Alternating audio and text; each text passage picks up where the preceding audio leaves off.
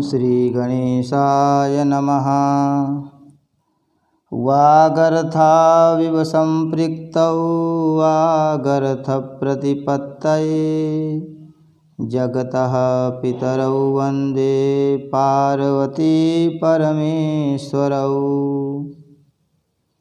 श्रीमद्भागवत महापुराण चतुर्थ स्कंध 20वां अध्याय। महाराज पृथु की यज्ञशाला में श्री विष्णु भगवान का प्रादुर्भाव। ओम नमो भगवते वासुदेवाय। मैत्रेय उवाच। भगवानपि वैकुंठः साकं मघवता विभुः यज्ञैर्यज्ञपतिस्तुष्टो यज्ञभुक्तमभाषत। श्री मैत्रेय जी कहते हैं, विदुर जी, महाराज पृथु के 99 यज्ञों से यज्ञ भोक्ता यज्ञेश्वर भगवान विष्णु को भी बड़ा संतोष हुआ। उन्होंने इंद्र के सहित वहाँ उपस्थित होकर उनसे कहा, श्री भगवान ने कहा, राजन, इंद्र ने तुम्हारे 100 अश्वमेध पूरे करने के संकल्प में विघ्न डाला है। अब ये तुमसे क्षमा चाहते हैं, तुम इन्हें क्षमा कर दो। हे नरदेव, जो श्रेष्ठ मानव साधु और सद्बुद्धि संपन्न होते हैं वे दूसरे जीवों से द्रोह नहीं करते, क्योंकि यह शरीर ही आत्मा नहीं है। यदि तुम जैसे लोग भी मेरी माया से मोहित हो जाएं, तो समझना चाहिए कि बहुत दिनों तक की हुई ज्ञानी जनों की सेवा से केवल श्रम ही हाथ लगा। ज्ञानवान पुरुष इस शरीर को अविद्या, वासना और कर्मों का ही पुतला समझकर इसमें आसक्त नहीं होता। इस प्रकार जो इस शरीर में ही आसक्त नहीं है, वह विवेकी पुरुष इससे उत्पन्न हुए घर, पुत्र और धन आदि में भी किस प्रकार ममता रख सकता है। यह आत्मा एक शुद्ध स्वयं प्रकाश, निर्गुण, गुणों का आश्रय स्थान, सर्वव्यापक, आवरण शून्य, सबका साक्षी एवं अन्य आत्मा से रहित है, अतएव शरीर से भिन्न है। जो पुरुष इस देहस्थित आत्मा को ही इस प्रकार शरीर से भिन्न जानता है, वह प्रकृति से संबंध रखते हुए भी उसके गुणों से लिप्त नहीं होता, क्योंकि उसकी स्थिति मुझ परमात्मा में नहीं रहती। राजन, जो पुरुष किसी प्रकार की कामना न रखकर अपने वर्णाश्रम के धर्मों द्वारा नित्य प्रति श्रद्धापूर्वक मेरी आराधना करता है, उसका चित्त धीरे धीरे शुद्ध हो जाता है। चित्त शुद्ध होने पर उसका विषयों से संबंध नहीं रहता तथा उसे तत्व ज्ञान की प्राप्ति हो जाती है। फिर तो वह मेरी समता रूप स्थिति को प्राप्त हो जाता है। यही परम शांति ब्रह्म अथवा कैवल्य है। जो पुरुष यह जानता है कि शरीर, ज्ञान, क्रिया और मन का साक्षी होने पर भी कूटस्थ आत्मा उनसे निर्लिप्त ही रहता है, वह कल्याणमय मोक्ष पद प्राप्त कर लेता है। राजन, गुण प्रवाह रूप आवागमन तो भूत, इंद्रिय, इंद्रियाभिमानी देवता और चिदाभास, इन सबकी समष्टि रूप परिच्छिन्न लिंग शरीर का ही हुआ करता है। इसका सर्व साक्षी आत्मा से कोई संबंध नहीं है। मुझ में दृढ़ अनुराग रखने वाले बुद्धिमान पुरुष संपत्ति और विपत्ति प्राप्त होने पर कभी हर्ष शोकादि विकारों के वशीभूत नहीं होते। इसलिए वीरवर, तुम उत्तम, मध्यम और अधम पुरुषों में समान भाव रखकर सुख दुख को भी एक सा समझो तथा मन और इंद्रियों को जीतकर मेरे ही द्वारा जुटाए हुए मंत्री आदि समस्त राजकीय पुरुषों की सहायता से संपूर्ण लोकों की रक्षा करो। राजा का कल्याण प्रजा पालन में ही है। इससे उसे परलोक में प्रजा के पुण्य का छठा भाग मिलता है। इसके विपरीत जो राजा प्रजा की रक्षा तो नहीं करता किंतु उससे कर वसूल करता जाता है, उसका सारा पुण्य तो प्रजा छीन लेती है और बदले में उसे प्रजा के पाप का भागी होना पड़ता है। ऐसा विचार कर यदि तुम श्रेष्ठ ब्राह्मणों की सम्मति और पूर्व परंपरा से प्राप्त हुए धर्म को ही मुख्यतः अपना लो और कहीं भी आसक्त न होकर इस पृथ्वी का न्याय पूर्वक पालन करते रहो तो सब लोग तुमसे प्रेम करेंगे और कुछ ही दिनों में तुम्हें घर बैठे ही सनकादि सिद्धों के दर्शन होंगे। राजन, तुम्हारे गुणों ने और स्वभाव ने मुझको वश में कर लिया है, अतः तुम्हें जो इच्छा हो मुझसे वर मांग लो। उन क्षमा आदि गुणों से रहित यज्ञ, तप अथवा योग के द्वारा मुझको पाना सरल नहीं है। मैं तो उन्हीं के हृदय में रहता हूँ जिनके चित्त में समता रहती है। श्री मैत्रेय जी कहते हैं, विदुर जी, सर्वलोक गुरु श्रीहरि के इस प्रकार कहने पर जगत विजयी महाराज पृथु ने उनकी आज्ञा शिरोधार्य की। देवराज इंद्र अपने कर्म से लज्जित होकर उनके चरणों पर गिरना ही चाहते थे कि राजा ने उन्हें प्रेम पूर्वक हृदय से लगा लिया और मनोमालिन्य निकाल दिया। फिर महाराज पृथु ने विश्वात्मा भक्त वत्सल भगवान का पूजन किया और क्षण क्षण में उमड़ते हुए भक्ति भाव में निमग्न होकर प्रभु के चरण कमल पकड़ लिए।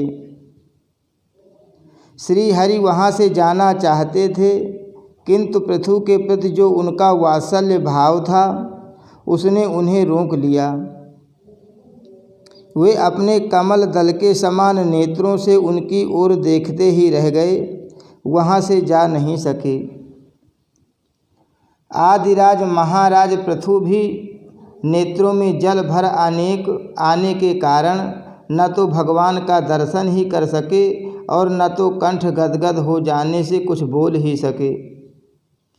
उन्हें हृदय से आलिंगन कर पकड़े रहे और हाथ जोड़े ज्यों के त्यों खड़े रह गए। प्रभु अपने चरण कमलों से पृथ्वी को स्पर्श किए खड़े थे। उनका कराग्र भाग गरुण जी के ऊंचे कंधे पर रखा हुआ था। महाराज पृथु नेत्रों के आंसू पोंछकर अतृप्त दृष्टि से उनकी ओर देखते हुए इस प्रकार कहने लगे। महाराज पृथु बोले, हे मोक्षपति प्रभो, आप वर देने वाले ब्रह्मादि देवताओं को भी वर देने में समर्थ हैं। कोई भी बुद्धिमान पुरुष आपसे देहाभिमानियों के भोगने योग्य विषयों को कैसे मांग सकता है। वे तो नारकी जीवों को भी मिलते ही हैं। अतः मैं इन तुच्छ विषयों को आपसे नहीं मांगता। मुझे तो उस मोक्ष पद की भी इच्छा नहीं है जिसमें महापुरुषों के हृदय से उनके मुख द्वारा निकला हुआ आपके चरण कमलों का मकरंद नहीं है, जहाँ आपकी कीर्ति कथा सुनने का सुख नहीं मिलता। इसलिए मेरी तो यही प्रार्थना है कि आप मुझे 10,000 कान दे दीजिए, जिनसे मैं आपके लीला गुणों को सुनता ही रहूं। पुण्य कीर्ति प्रभो, आपके चरण कमल मकरंद रूपी अमृत कणों को लेकर महापुरुषों के मुख से जो वायु निकलती है, उसी में इतनी शक्ति होती है कि वह तत्व को भूले हुए हम कुयोगियों को पुनः तत्व ज्ञान करा देती है। अतएव हमें दूसरे वरों की कोई आवश्यकता नहीं है। उत्तम कीर्ति वाले प्रभो, सत्संग में आपके मंगलमय सुयश को दैववश एक बार भी सुन लेने पर कोई पशु बुद्धि पुरुष भले ही तृप्त हो जाए, गुणग्राही उसे कैसे छोड़ सकता है। सब प्रकार के पुरुषार्थों की सिद्धि के लिए स्वयं लक्ष्मी जी भी आपके सुयश को सुनना चाहती हैं। अब लक्ष्मी जी के समान मैं भी अत्यंत उत्सुकता से आप सर्वगुण धाम पुरुषोत्तम की सेवा ही करना चाहता हूँ, किंतु ऐसा न हो कि एक ही पति की सेवा प्राप्त करने की होड़ होने के कारण आपके चरणों में ही मन को एकाग्र करने वाले हम दोनों में कलह छिड़ जाए।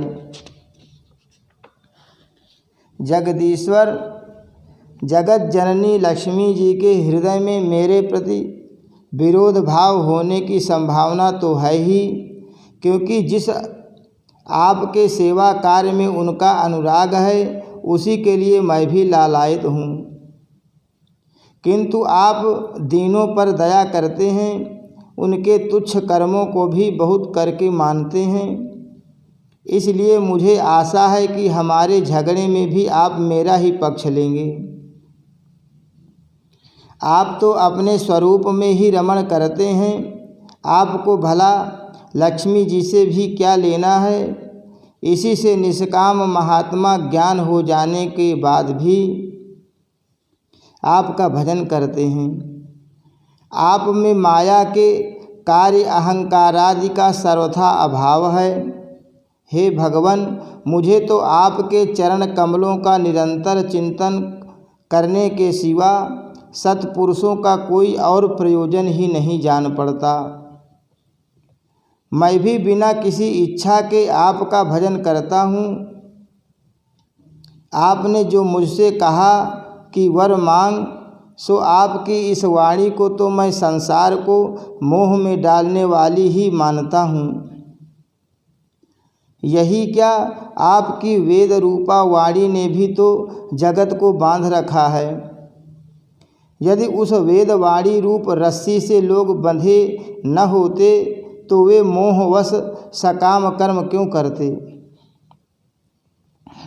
हे प्रभो, आपकी माया से ही मनुष्य अपने वास्तविक स्वरूप आपसे विमुख होकर अज्ञानवश अन्य स्त्री पुत्रादि की इच्छा करता है। फिर भी जिस प्रकार पिता पुत्र की प्रार्थना की अपेक्षा न रखकर अपने आप ही पुत्र का कल्याण करता है, उसी प्रकार आप भी हमारी इच्छा की अपेक्षा न करके हमारे हित के लिए स्वयं ही प्रयत्न करें। श्री मैत्रेय जी कहते हैं, आदिराज पृथु के इस प्रकार स्तुति करने पर सर्वसाक्षी श्री हरि ने उनसे कहा, राजन, तुम्हारी मुझ में भक्ति हो। बड़े सौभाग्य की बात है कि तुम्हारा चित्त इस प्रकार मुझ में लगा हुआ है। ऐसा होने पर तो पुरुष सहज में ही मेरी उस माया को पार कर लेता है, जिसको छोड़ना या जिसके बंधन से छूटना अत्यंत कठिन है। अब तुम सावधानी से मेरी आज्ञा का पालन करते रहो। प्रजापालक नरेश, जो पुरुष मेरी आज्ञा का पालन करता है उसका सर्वत्र मंगल होता है। श्री मैत्रेय जी कहते हैं, विदुर जी, इस प्रकार भगवान ने राजर्षि पृथु के सार गर्भित वचनों का आदर किया। फिर पृथु ने उनकी पूजा की और प्रभु उन पर सब प्रकार कृपा कर पृथु ने वहाँ से चलने को तैयार हुए। महाराज पृथु ने वहाँ जो देवता, ऋषि, पितर, गंधर्व, सिद्ध, चारण, नाग, किन्नर, अप्सरा, मनुष्य और पक्षी आदि अनेक प्रकार के प्राणी एवं भगवान के पार्षद आए थे, उन सभी का भगवत बुद्धि से भक्तिपूर्वक वाणी और धन के द्वारा हाथ जोड़कर पूजन किया। इसके बाद वे सब अपने अपने स्थानों को चले गए। भगवान अच्युत भी राजा पृथु एवं उनके पुरोहितों का चित्त चुराते हुए अपने धाम को सिधारे। तदनंतर अपना स्वरूप दिखाकर अंतर्धान हुए अव्यक्त स्वरूप देवाधिदेव भगवान को नमस्कार करके राजा पृथु भी अपनी राजधानी में चले आए। हरि शरणम। श्री कृष्णार्पणमस्तु।